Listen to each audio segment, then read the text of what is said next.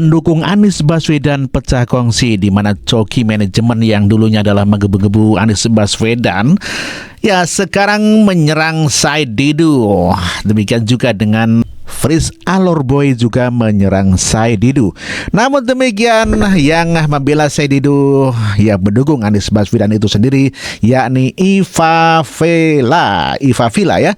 Dan kita saksikan sama-sama peperangan di antara mereka sama-sama pendukung Anies Baswedan. Hei kawan, nih dengerin ya. Nih gue lagi di daerah dekat PSN, Proyek Strategi Nasional. Lo tahu nggak kak?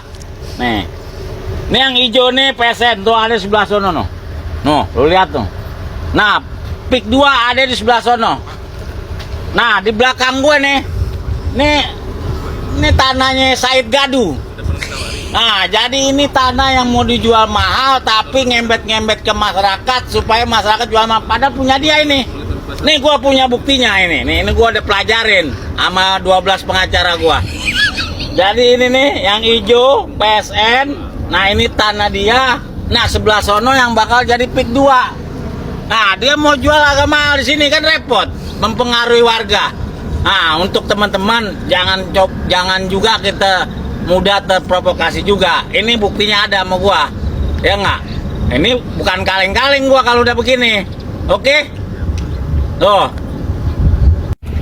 Jadi kenapa saya kesini? Saya juga pengen tahu. Ternyata memang udah nggak ada warga di sini. Jadi warga mana yang bisa dipengaruhi gitu loh?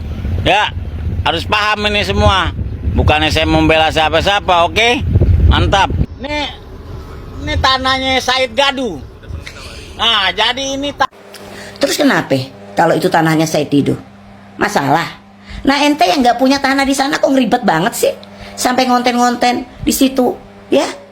Kalau Said Didu punya tanah di situ, ya dapat dengan cara yang halal, bukan dari aset korupsi. Masalahnya apa? Ya benar dong dia bersuara untuk hak dia, untuk tanahnya, dan untuk warga di sekitarnya. Masalahnya apa? Hah? Dan Said Didu itu jelas rekodnya, ya. Selama ini paling berani bersuara membela rakyat, ya. Nah ente ngapain ke situ? Punya tanah kagak? Terus ngonten, buat apa? Ingin menjatuhkan Said Didu maksudnya? Kagak mempan bang, kagak mempan. Rakyat sudah melek, udah bisa melihat ya. Sudah banyak saksi-saksi dari warga daerah sana ya. Mereka semua mendukung Said Didu ya. Banyak hashtag we stand with Said Didu ya. Ayah juga pernah ketemu Said Didu di Surabaya ya. Ya sudah deh bang ya Allah bang dengerin kata ayah nih bang ya. Mendingan kita bela yang bener, kita bela untuk kepentingan rakyat. Ngapain lu nyerang Said Didu, nggak ada gunanya ya, kagak barokah ya. Dengerin nasihat emak nih, dengerin ya.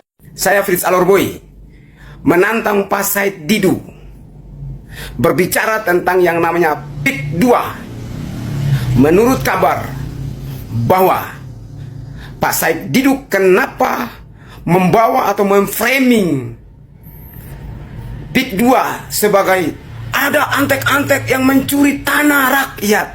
Tanah rakyat yang mana? Sebab apa? Padahal dia juga punya tanah ada di PIK 2, daratan PIK 2 sana ya. Dan katanya menurut NJOP harga tanah yang ditawarkan atau dijual per meter adalah sekitar 48.000 sampai 50.000. Tetapi Pak Said Didu sendiri tawar bahwa tanahnya dijual dengan harga 1,5 jutaan per meter ke atas. Anda kali sudah berapa yang diinginkan. Artinya sekitar 150 miliar yang dia harapkan ya. Karena permintaannya itu tidak terrealisasi, tidak terakomodir, maka ia mulai gerakan rakyat pembenci Pak Jokowi, pembenci pemerintahan tahun ini. Agar apa? Menyerang PIK 2, menyerang manajemen PIK 2. Bahkan ada juga yang singgung tentang Pak Jokowi, singgung tentang Pak Prabowo. Saya bilang, ini gawat. Beberapa hari lalu, kemarin mereka demo di KKP, nuntut atau usut PIK 2. Bambu apakah? Pagar betis kah? Pagar-pagar rumah kah? Pagar lingkungan kah? Pagar laut kah? Pagar-pagaran semua diusut. Suruh minta katanya bongkar katanya ya. Minta Kementerian perikanan untuk bongkar. Itu adalah sebuah framing atau alasannya saja. Kenapa? Tanggal 6 sidang pihak hakim itu menunda perkara itu, sidang 2 itu. Kenapa? Karena kuasa hukumnya itu buat administrasinya acak-acakan dan tidak bagus, tidak menarik. Datang berminta di situ, mana KTP-mu, mana KTP-mu, mana KTP. Loh, ini sudah mulai berjalan. Lagi awal-awal tahap pendaftaran atau tahap mau mulai sidang, barulah minta ini, minta ini, minta ini. Artinya, masa katanya pengacara hebat yang pernah di pengacara HTI, tapi kok nggak ngerti gitu loh. Kalau saya belajar ilmu hukum, kalau kita buat gugatan, satu pun tidak boleh salah. Kok ini administrasinya salah-salah, acak-acakan, kacau balau. Karena mungkin mereka menyadari bahwa nanti di sidang ini kalah dan dimenangkan oleh PIK 2. Maka mereka pakai cara gerakan rakyat, menentang antek-antek asing, menentang antek-antek ini, itu. Yang diserang Jokowi juga. Loh, ini kan manusia bermasalah. Ya, kita tahu lah Pak Said Didu ini mantan pecatan menteri. Pak Jokowi yang pecat dulu. Mungkin barisan sakit hati. Sekian dan terima kasih, Frita Lurboy. Betul-betul pengembang yang sangat kuat. Hanya presiden yang bisa Terima kasih Ayah Said Didu. Dan inilah kita teman-teman perlu orang-orang yang berani berbicara, orang-orang yang benar-benar pro kepada kebenaran dan keadilan untuk rakyat Indonesia. Dan akhirnya buzzer-buzzer kan nggak keluar lagi. Kemarin itu bongkar, ini tanahnya tanahnya Said Didu, ini empangnya Said Didu. Ngapain coba?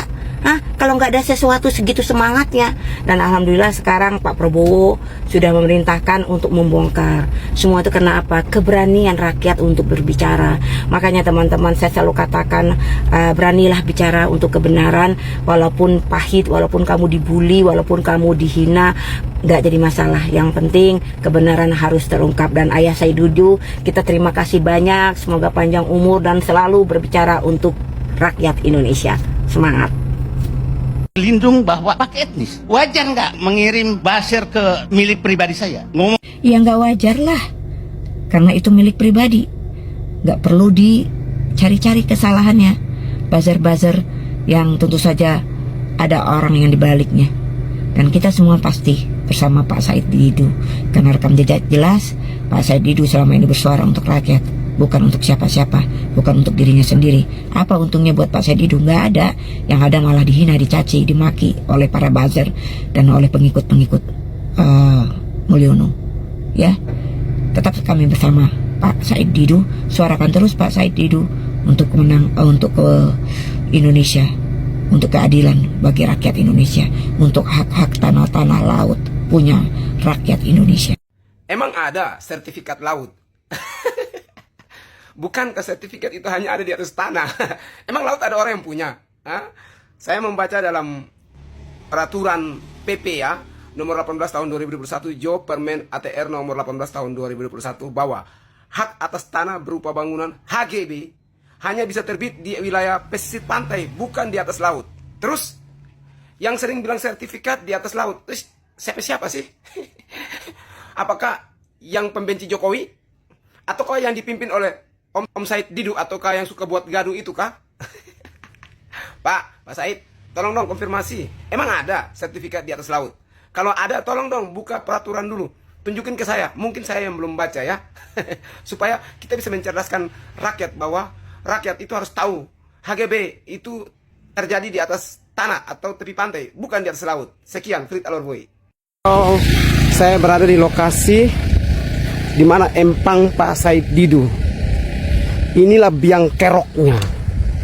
Biang kerok di mana ketika adanya pembebasan lahan, dalam artian PIK 2 ingin membeli, PIK 2 membeli, yang lain sudah, tetapi Pak Said Didu meminta 150 miliar karena katanya lahannya itu ada 10 hektar, di mana menurut NJOP per meter itu 50.000, tetapi Pak Said Didu mintanya sekitar 1,5. Yang jelas ini kan tidak sesuai dengan harapan pembelinya. Pembelinya mengikuti NJOP. Masyarakat yang lain sudah bebas, tapi ini saja. Ini lokasinya milik Pak Said Didu nih. Ini. Teman-teman bisa lihat. Nih bisa lihat. Nih. Miliknya Pak Said Didu. Banyak kan? Nah, jadi inilah yang biang keroknya nih. Biang kerok permasalahannya. Jadi Pak Said Didu menggiring opini bahwa pik begini dan begini dan begini dan begini. Begini begono. Nih. Nah, ini lokasinya. Empang nih. Lokasi ya. Ini yang miliknya Pak Said Didu. Usah menyalahkan satu sama lain. Ya. Kita nggak terencana. Ini miliknya Pak Said Didu. Ini yang mau dibeli dengan harga sekitar 50.000 tapi diminta oleh Said Didu dengan harga 1,5. Nah, tadi saya sebenarnya penasaran dengan adanya tanah atau empang milik Pak Said Didu. Tujuan saya itu hanya ingin mengambil gambar. Tapi baru turun di mobil, penjaga empangnya sudah usir. Nah, jadi video saya tidak terlalu banyak dan tidak cukup full. Nah, saya mau turun minta izin dan kasih tunjuk kartu saya sebagai pers, sebagai wartawan, bahwa saya ingin sekali mengambil konten ataukah mengetahui tentang berapa besar isi tanah atau miliknya, berapa hektarnya milik Pak Said Didu ini. Karena menurut saya itulah yang biang kerok sehingga masalah itu terjadi sampai satu Republik Indonesia tahu. Persoalannya, gara-gara tanah itu dia framing bahwa PIK 2 terus menerus, lalu giring opini bilang antek asing kuasai tanah rakyat, padahal itu tanah dia. Artinya dengan sendirinya dia mampu menggiring opininya sehingga membuat publik yang tidak tahu apa-apa ikut berkomentar mendukung Pak Said Didu ini. Sehingga dengan adanya saya sudah turun ke lokasi dan mengecek lokasi secara langsung tanahnya Pak Said Didu, bahwa itu benar ada 10 hektar, teman-teman. Jadi itu mau dibebaskan atau dibeli oleh PIK 2 dan dengan harga yang dimana sesuai NJOP, tapi Pak Said Didu sendiri tidak menginginkan yang menurut NJOP itu, tapi dia meminta dengan harga 1 meter itu 1,5 juta. Total 10 hektar dikalikan 1,5 menjadi 150 miliar. Ya jelas orang tolak lah, tidak sesuai NJOP kok. Jadi Pak Said Didu ini hanya giring opini, menyerang Pak PIK 2 dengan cara apa? Itu antek-antek kuasai. Katanya dibilang PIK 2 atau antek-antek. Loh, kalau memang PIK 2 antek-antek, kenapa orang Indonesia kerja di situ? Tidak masuk akal kan? Jadi Pak Said Didu memang menurut saya pembuat gaduh, pembuat kacau negeri ini, ya. Kasih tahu Pak Said Didu, Frit bilang Pak Said Didu pembuat kacau. Jadi hari ini kita karena diusir oleh orang-orangnya dia, sehingga kami harus pulang. Ini kami di dalam perjalanan pulang dari saya, Frit Alorbui. Nah, karena kita baru turun dari mobil, penjaga tanahnya itu mengusir. Artinya Pak Said Didu sudah kondisikan orang-orangnya di situ. Jadi siapapun yang ambil konten diusir. Loh, kita juga daripada korbankan nyawa, mending kita kabur aja, dalam artian bukan kabur ya. Kita lebih baik amankan diri, naik mobil dan pulang. Jadi saya juga tidak sempat dapat video atau konten yang pas. Jadi menurut saya Said Didu takut lokasinya diambil gambar atau dibuat video di situ. Pak Said Didu, ingat saya nantang Anda itu penakut. Suruh pasukanmu itu ancam-ancam kita atau usir-usir kita. Kita kan nakut hanya datang ambil gambar saja. Oh, saya punya kartu pers, saya datang sebagai wartawan. Salahnya di mana? Tapi karena daripada berdebat, lebih baik saya amankan diri, pulang. Sekian.